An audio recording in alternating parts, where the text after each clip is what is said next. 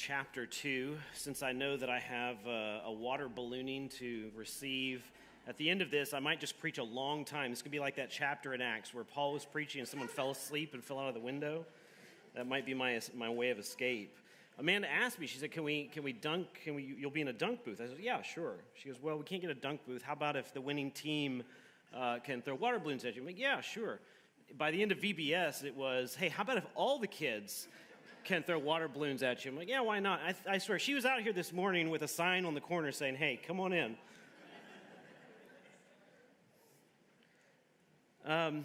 So in the early phase of the pandemic, there was this weird phenomena that happened. There was one item in particular that just evaporated off of the shelves. Does anybody remember what that was? Toilet paper. In like week 2 of the pandemic in Texas, so I think that was week 9 up here, I was at an international prayer meeting. There were about 12 of us gathered, and I was kind of the resident American in the room, and several of them said, Brian, can you explain to us why white people are buying all of the toilet paper? And I said, well, there's 2 explanations. Number 1, it's just herd mentality. We see people doing something, we all just want to jump on board. Number 2, in spite of us being an advanced nation, a technological nation, leading the world in many categories, in terms of our bathrooming, unlike the rest of the world, which uses some form of a bidet, Americans opt for paper as the solution. And you just saw that register across the faces in the rooms, and one by one, they slowly took their hands and put them in their pockets. Just get on YouTube this afternoon and look up how to use a bidet, and there will be a dozen videos that will help you understand that comment. But herd mentality is such a big thing. We have these massive hurricanes that hit Houston quite regularly, and during hurricane season, we call it, you'll see stuff fly off the shelves as people are rushing to make decisions. And when other people are moving, everyone wants to move with them. On a more serious note, in the 1950s in Alabama, there were 2 conflicting laws on the books. The first of these laws said that segregation of black and white people must be enforced. And so this was just the law of the land. And this was demonstrated in a number of ways, in a number of laws and practices throughout time. And this came to a head in public transportation. And segregation was supposed to be enforced there, but there was a second conflicting law which basically said no person, regardless of color, shall be forced to give up their seat when there's not another one available. So essentially, at peak bus operating times, no one has to give up a seat. However, the common practice of the time was for bus drivers to ask/require black passengers to give up their seat for white passengers when the buses filled up. And on one such day, this event was playing out on a bus, and the bus driver asked the first row of the black section to get up and give the seats to the few other white passengers that came onto the bus. 3 of the people on this row said, okay. There was one woman, Rosa Parks, as we all know her, who said, nope, not going to do it. She was very quickly after that arrested, and she was tried in court. She spent jail time. She lost her job. She underwent all kinds of persecution during this time. There's a rather sharp lawyer that was looking for a case that had some merit. He was looking for a person who had impeccable character. When he saw this case, he realized this is the one. This case went all the way to the Supreme Court. The event she had on the bus sparked a bus protest. The school district sent out 35,000 flyers to all of the kids, basically saying, don't ride the bus. And so it created all kinds of chaos for a brief period of time, sparking the civil rights movement. And as we know, Rosa Parks is now known as the mother of the civil rights movement. Research shows that it only takes about 5% of a crowd, to influence the direction of the entire crowd. So if we think as humans, we are wired to do things in a herd. We see someone doing it and we act with them. And then you think, well, it only takes 5% of people to change the direction of a crowd, to influence it. We see this in our culture all the time where small vocal minorities are able to enact laws and policies and attitudes and change the media industry. We see this happening all around us. 5% changes the direction, the other 95% just get in line. This happens in every direction we can imagine. In the Bible, it seems like we're given two seemingly opposite viewpoints. Romans 12:18 says, if it is possible, as far as it depends on you, live at peace with everyone. There's this attitude that Christians should be gracious, peaceful, loving people. Jude 3, on the other hand, says, contend. And this verse, this word is very, very strong. Contend for the faith that was once for all entrusted to God's holy people. Fight about it, is what Jude says.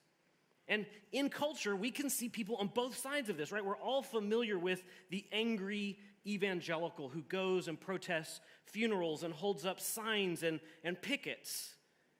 And it's easy to think, well, is that what standing for truth looks like? On the other side of the equation, though, we see Christians who would never oppose anything and would be 100% affirming of everything. And in between this, we see characters like Esther, like Daniel, like Mary, and Jesus, who all typified what in this sermon I'm calling quiet boldness.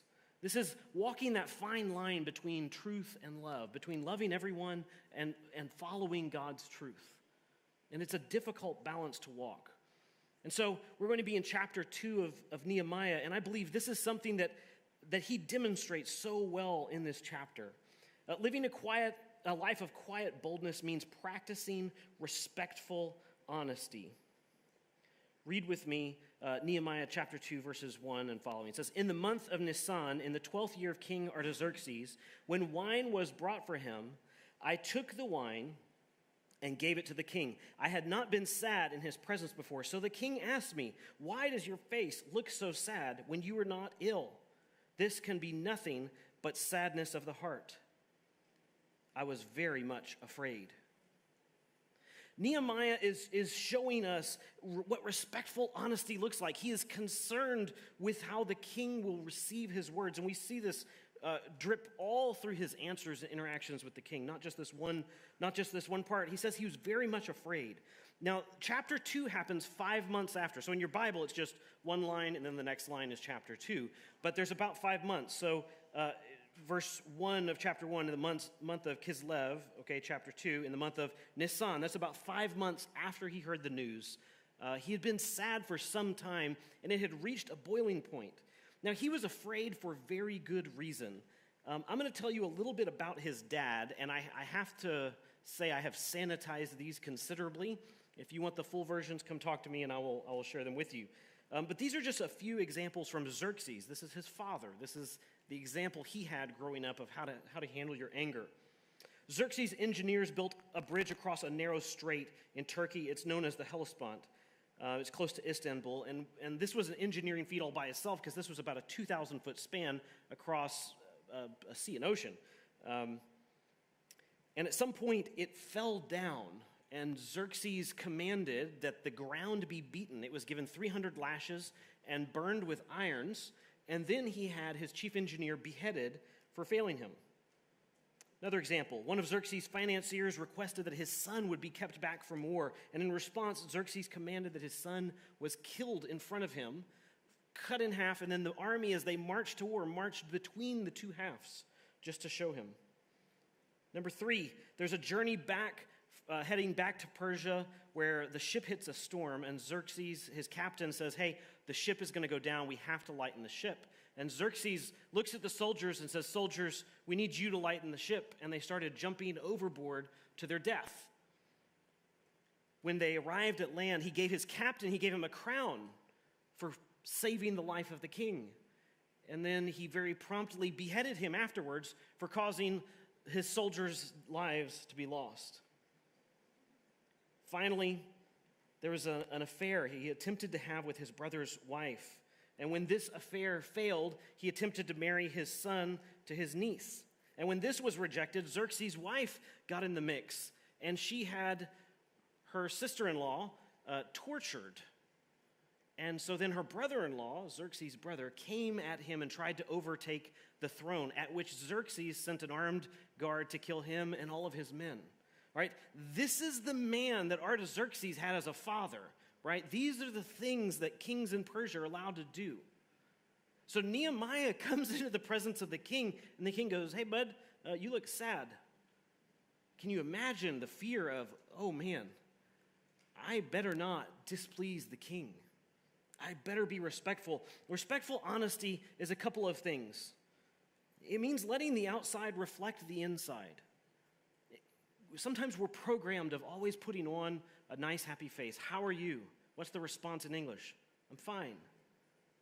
How are you? I'm fine. You're fine, I'm fine. Great, we're all fine. And it doesn't matter if our world is falling apart. We smile and we say, I'm fine. How are you? Respectful honesty is being intellectually honest. Nehemiah is about to have to tell him what's going on. He's about to have to explain himself. It means being emotionally honest. It's okay for Nehemiah to say, hey, all is not well. There's no need for me to pretend.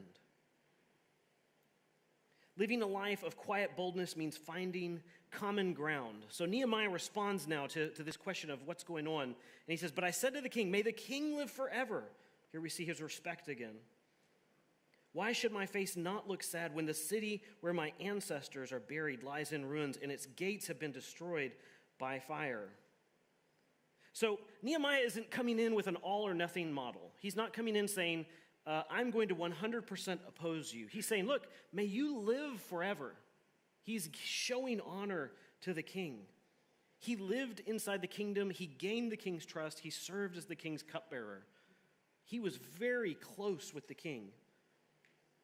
But he found a way to understand what were the king's values and what were his interests, and how could he show that the Christian values and interests, or that his values and interests, aligned with that. I have a couple pictures for you. This is King Darius's tomb.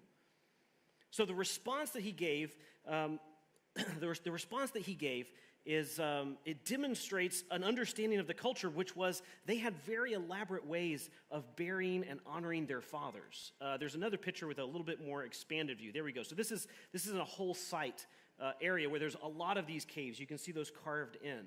And so he was very familiar that all of the kings and the nobles in this area were dedicated to showing honor to their parents and by burying them in these elaborate caves. And this is his response. Why shouldn't I be sad when the place where I need to bury my dad is lying in a pile of rocks right now? Immediately, the king understands this, and they connect over this category. Now, it's interesting. He wisely omits the name Jerusalem, right? He doesn't say, hey, Jerusalem, that city that you don't really like, that your fathers fought against, that actually you were the one who put an ending to the building of the temple. That was Artaxerxes, right? The same guy that wrote a letter saying, hey, I've searched in the records, and it's time to put this to an end until we can do some more research. That place, I want to go back and rebuild that place. He completely omits it from the record, which is pretty smart. So living a life of quiet boldness means making big requests. Verses 2, 4 to 5, chapter 2, 4 to 5 says, the king said to me, what is it you want? We see how prayer is so central to Nehemiah and to Ezra. We're going to see this line again and again and again. Then I prayed to the God of heaven, right? He's just firing up a quick prayer. And I answered the king, if it pleases the king, and if your servant has found favor in his sight, let him send me to the city of Judah where my ancestors are buried so that I can rebuild it. Sometimes God gives us instruction of what to do, but we're too afraid to ask big on his behalf. I remember when I came back from the field and I was trying to pray through, God, what do you want next in my life? And I believed that God was perhaps sending me back. I didn't know exactly what it was, but I knew that I needed to raise some funds. And I would sit and meet with pastors, and I would explain the vision of what I was trying to do, of here's what this can look like. Isn't it great? And what I was hoping for was magically somehow via osmosis, they would figure out that they were supposed to open up their big fat checkbooks and write me a check and help me go do it. And some of them would ask me this question, Brian, what do you want? What are you asking me for? And they just wanted a simple, hey, can you write me a check? But in my head, I thought, that feels weird. I can't ask for that. That's too far. That's an awkward thing to ask for, right? I'm too afraid. I'm too embarrassed. All of these human emotions, I go, well, I'm just trying to make you aware of what's going on. And, would you pray? Blah, blah, blah, blah, blah. I should have asked. Nehemiah is asking. He's asking for the moon right now. Hey, send me back to the place that your father's knocked down. It means making big requests because he believes that God is in it. Living a life of quiet boldness means making a plan. I know so many people who have a word from God, who have a direction from God, a passion from God, a purpose from God, and then they fail to make a plan. But we see Nehemiah right here, verse 6. He says, then the king with the queen sitting beside him. So this is, a lot of commentators think this is possibly a second meeting that he's at. With the queen sitting beside him, asked me, how long will your journey take and when will you get back? It pleased the king to send me, so I set a date. I set a time. Nehemiah understands God has sent me to do this. I'm making a big ask, and now it's time to put a date on the calendar. It's time to say, by this date, here's what I'm going to do. Now, we don't want to be presumptuous. David says, Lord, keep me back from presumptuous sins. We don't want to get ahead of God. But sometimes we just sit here and we wait, and we wait, and we wait, and we're waiting for, the clouds to part, and a voice to come down, and a light to shine on a path, and a doorway to open, and we want a red carpet from God rolled out the door in the direction we should go. And look at Bible character after character. They don't seem to get that. Sometimes it's time to draw a line in the sand, put a date on the calendar, write a list, etc., whatever it takes. If God has given us a purpose, we have to get ready to act on that purpose. Sometimes as Americans, we can be overly concentrated on goals. But many times I'm discipling someone where they say, Brian, I want to reach people in my workplace, but I don't know how to do it. And I tell them something uncomfortable, which is, think through your 5 closest associates. Not corporate organizational chart closest, but the people around the water cooler that would actually talk to you. Think about those 5 people. What are their names? Write them down. Sit with God and pray about those 5 names and pick one. And tell God, by this time next week, I'm going to have one of those people out at coffee or have invited them to my home. Sometimes a simple step of drawing a line in the sand. I do the same thing when people go, God's put me in this place and I need to reach my neighbors. Great. Who's the neighbor you feel the sense of most openness to? Pray about that. Put a date on the calendar. Tell God when you're going to go talk to them. I have to have a difficult conversation with a person, but I'm just avoiding it. Great. Tell yourself by this time next week, Friday, that you're going to have had that conversation. Sometimes drawing the line in the sand forces us, it creates a point of accountability. Because the second part of the conversation is really uncomfortable when a week and a half later I go, hey, how's your friend? How'd your conversation go? Right? When we tell others our plan and we've put a line on the calendar, we put a mark on the calendar, others can hold us accountable. It is amazing what a motivating factor that can be. And sometimes this is what we need to follow through the plans that God has given us. Living a life of quiet boldness means planning for God to act.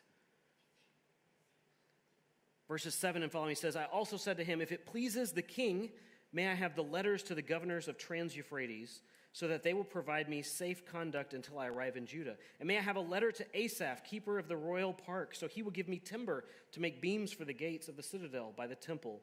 For the city wall and for the residence I will occupy. And because the gracious hand of my God was on me, the king granted my request. So I went to the governors of Trans-Euphrates and gave them the king's letters. The king had also sent army officers and cavalry with me. When Sanballat the Horonite and Tobiah the Ammonite official heard about this, they were very much disturbed that someone had come to promote the welfare of the Israelites. When God gives us a plan or a purpose, a direction, and we don't show faith in that plan, we're living in sin. Romans 14:23 says, everything that does not come from faith is sin. James 1:6-7 says, but when you ask, you must believe and not doubt, because the one who doubts is like a wave of the sea, blown and tossed by the wind.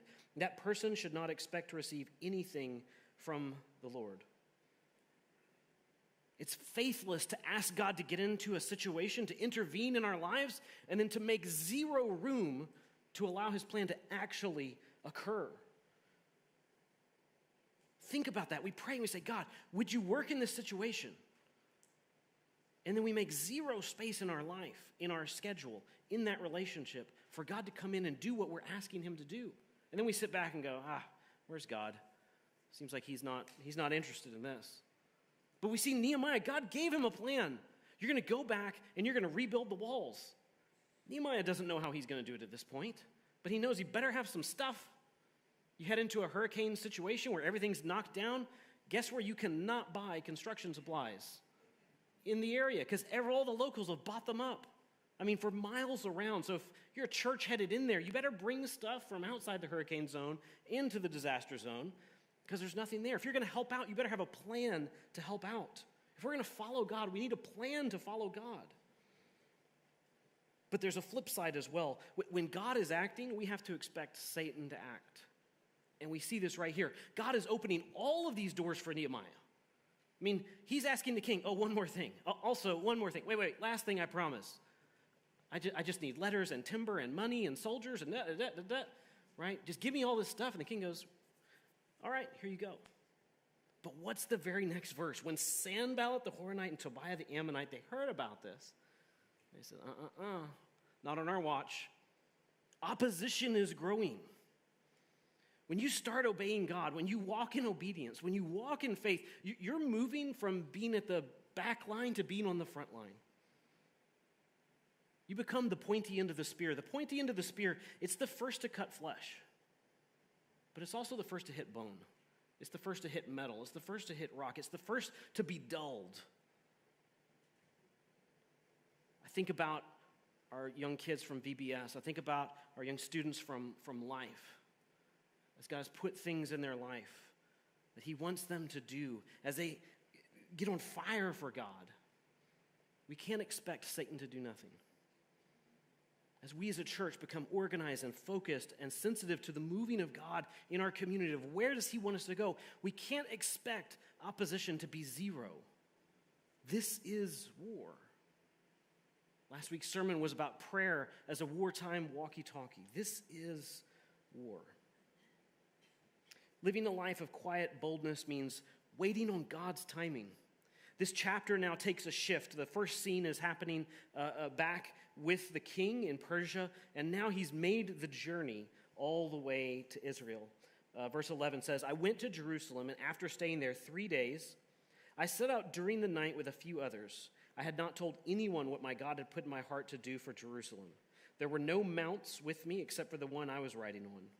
By night, I went out through the valley gate towards the Jackal Well and the Dung Gate, examining the walls of Jerusalem which had been broken down, and its gates which had been destroyed by fire. Then I moved on towards the Fountain Gate and the King's Pool, but there was not enough room for my mount to get through.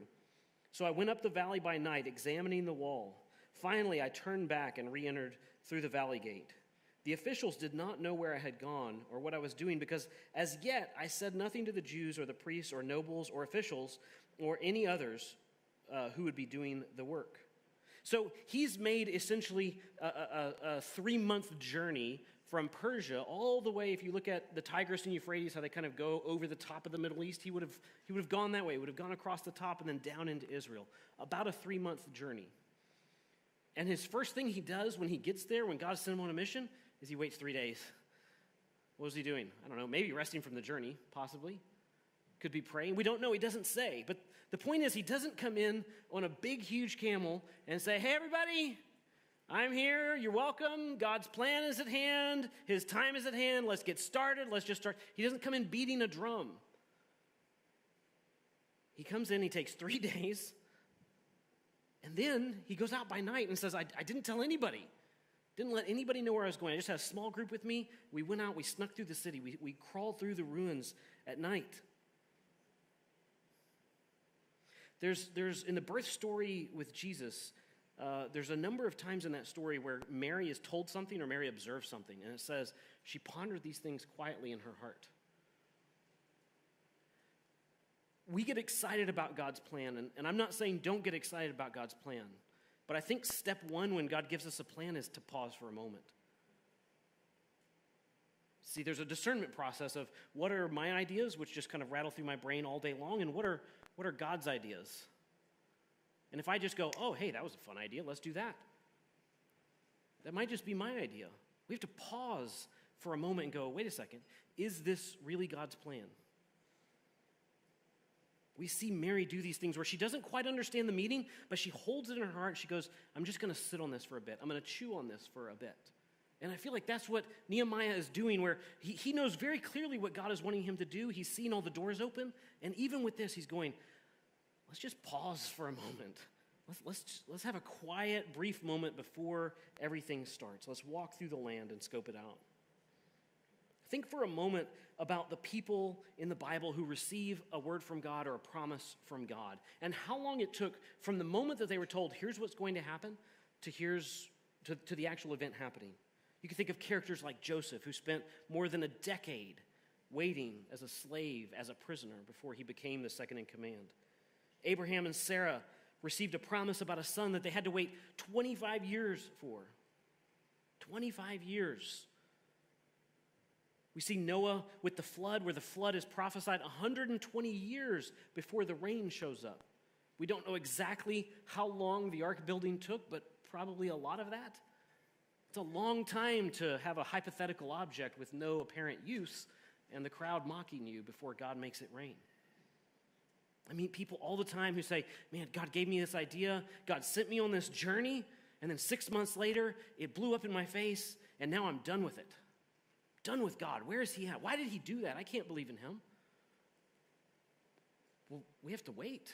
I mean, it's a generational promise, it seems like, throughout the Bible, where the promise might be given very early in their life and isn't fulfilled till much, much, much later. 25 years. It's a long time. It's longer than some young people that I get to work with, longer than they've been alive oftentimes, where they both get excited about God and burnt by him in the same season of life, and they haven't yet made it to the next season. It's important that we wait on God's timing. Living a life of quiet boldness means painting the picture the way it is and the way it will be. Last week I talked about we have to deal in reality. We can't talk about the world as it was. We have to deal with the world as it is. Nehemiah does this in verse 17. He says, then I said to them, this is his crowd of helpers, you see the trouble we're in. He gives it to them blunt. Jerusalem lies in ruins. Its gates have been burned with fire. It's very simple. You see, before they were kicked out of the land, they're all aware, okay, so there's idolatry happening. There's these things that God says don't do happening. They're all aware of this, but they could always point to, oh, but look at the beautiful temple. Let's not get distracted by the idol worship that's happening. Let's look at the beautiful temple. Oh, there's this other stuff happening over here. Oh, but look at the priests. Listen to the teaching the priests give us. Right? They can do that, but once the temple's been knocked down and the wall's been knocked down and the city's been burned to the ground and they've been hauled off, there's no more rose-colored glasses. There's no more Pollyanna lenses. This is reality. This is the reality we're in. And Nehemiah comes back and doesn't say, hey, this is going to be super easy. This is a piece of cake. He says, it's terrible. But then his next thing, so that's the way it is. It lies in ruins. Its gates have been burned. But now he says, come, let us rebuild the wall of Jerusalem, and we will no longer be in disgrace. He sees a different future. He doesn't see the future where the walls are still broken down, where God's enemies are still allowed to attack Israel. He sees a future where the wall is restored, where Israel is an entity again. It's protected. But there's a purpose behind this. He says, we will no longer be in disgrace. See, when God's people went into exile and they were being brought into shame, we don't understand that sometimes there's collateral shame, there's secondhand shame that gets spread around. So the way the Near Eastern mind works at this time is to say, well, you won the battle, therefore your God is strong. You lost the battle, therefore your God is weak. Now we know in the Bible that there is only one God. There's only one creator. And I think most of his people at this time knew this as well. But the nations didn't know this. They just thought, well, that's the Jewish God. We have this God. Whose God won the war? Looks like ours did.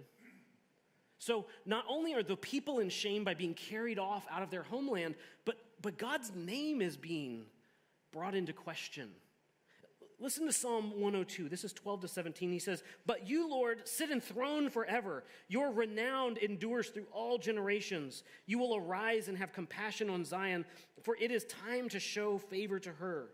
The appointed time has come, for her stones are near to your servants. Her very dust moves them to pity. The nations will fear the name of the Lord. All the kings of the earth will revere your glory, for the Lord will rebuild Zion and appear in his glory. He will respond to the prayer of the destitute. He will not despise their plea."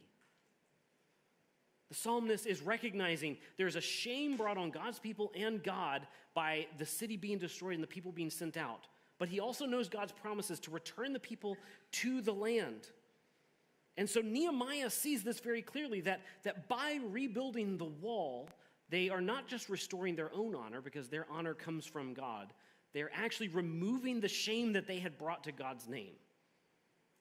He saw the way it was and the way that it was going to be. Living a life of quiet boldness means trusting in God's promises. Verse 18, "I also told them about the gracious hand of my God on me and what the king had said." We see there's a continual reliance by Nehemiah on God's word, God's hand, God's direction. We see this continual, almost every new set of verses throughout Nehemiah. I prayed to the God of heaven. I saw his hand upon me. I knew he was in it. Like he has this almost like a radar beam just going beep, beep, beep, beep, beep, beep, beep, beep, beep, just like that. There's this constant connection that Nehemiah sees of understanding God's promise, of seeing his hand actively involved. We live our lives and our days so busy and so consumed by every distraction, from important ones, things like work and family, to unimportant ones like social media and recreation. But we wake up from sunup to sundown and often don't think about God. We don't think about his presence, his blessing, his protection. We need to pause regularly. I've done this a number of ways throughout my life. There's one phase where I thought every meal that I sit down, I'm going to pause and pray. Not a thank you, God, for this food, please bless for my body, amen. Not that kind of way. But a time to sit back and think about what had happened briefly in the day that I had seen God moving and acting, because I was at this point where I would go all day long and realize, hey, where's God? Well, guess what? God hasn't moved. His presence is not in question. My attention is what's in question. We have to trust God's promises. Nehemiah was looking back to the promises throughout the Old Testament, and then he was looking in the present directly to what God had told him. We're not meant to do this alone. I meet people every day who've made major life decisions about their marriage, about their family, their job, their kids. People who get into marriages, people who get out of marriages, and I'll ask them, have you talked to anybody about this? Did you go to a counselor? Did you talk to your parents? Did you seek out a Christian friend? Did you read the Bible? Did you pray? And the answer oftentimes, sadly, is no to all of that. In fact, surprised that those are logical steps. Folks, we have to think back on God's promises. When we are struggling in our life, when we're struggling to follow him, when we're struggling to obey, we have to think back on God's promises of what he's told us. We have to Nehemiah's got a community around him of people that now that he said, hey, we're doing this, here's the date. He's got a king behind him who's financing it, who knows, hey, I'm going to hold you accountable. Sent you with all this wood. I better see some mission trip pictures here. These people are going to hold him accountable. We're not meant to do this alone. We have to rely on God's promises. Living a life of quiet boldness means acting on God's promises. Verse 18, their response to this, they replied, let us start rebuilding. And just without any embellishment. So they began this good work. Let's start doing it, and they did it. God has told us, he's put us here. We've had the time of waiting. We've had the time of thinking and praying. Now it's time to act. Let's act. We see in Old Testament stories where God brought them out of Egypt, and he brought them through the desert, and he goes, hey, you're going to go into this land, and I'm going to help you I'm going to fight for you.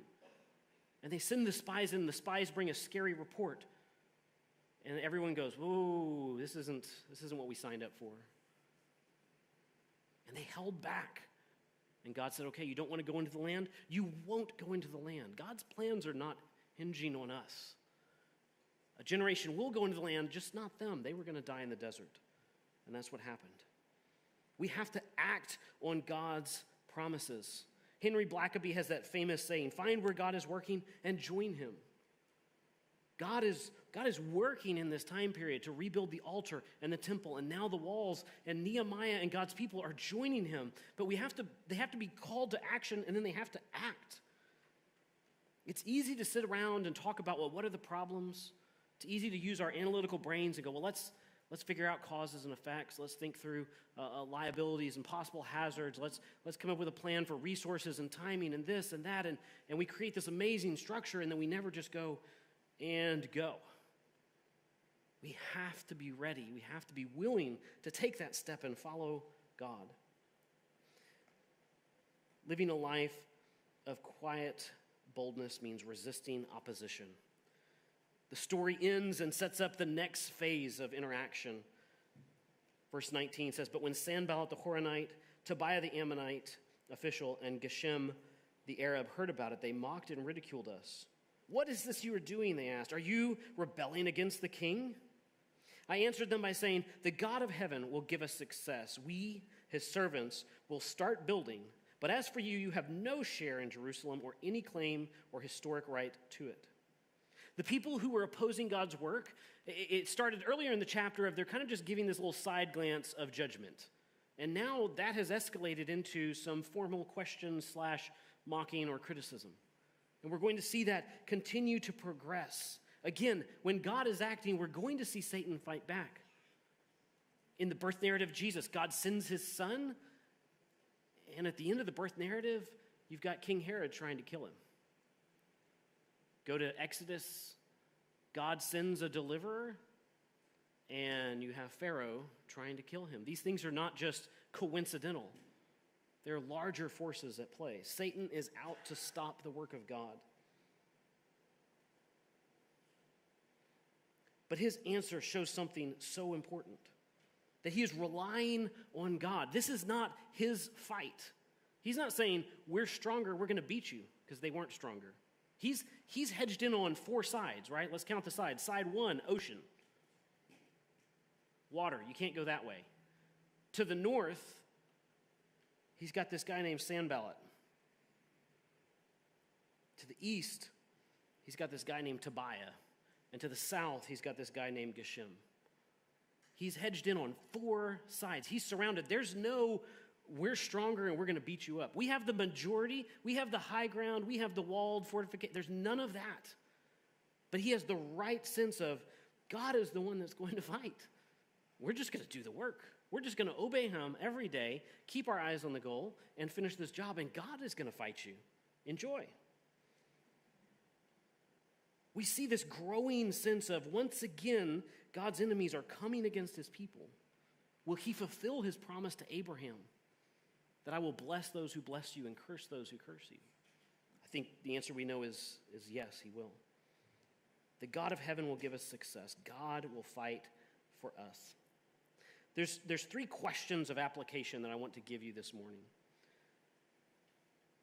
Number 1, if you were to evaluate your own life and you see 2 sides of either being overly contentious, like I'm going to fight about everything, I'm going to be angry about everything, or the other side is, well, I'm just going to be peaceable about everything and never contradict anyone. Which side do you lean on? Where does God want you to grow so that you can balance both sides, the boldness side and the quiet side, being harmless as doves and wise as serpents, as Jesus said it? God has put each of us in a field. This is questions number 2 and 3. God has put each of us in a field, whether that field is our neighborhood, our workplace, our school, our friend group. And he's given us work to do. And one side of this is we have to be quiet and we have to wait for him. We have to see that God is the one fighting and God is the one acting. What is it that you need to be waiting on God for? That you need to be still for? That you need to be quiet for? That you need to go, you know what? God is going to fight this battle. We reach conflicts, we reach points in our relationship with people where we go, I can't change the other person. I can't give them facts. I can't give them logic. I can't pressure them. I can't manipulate them. I can't force them.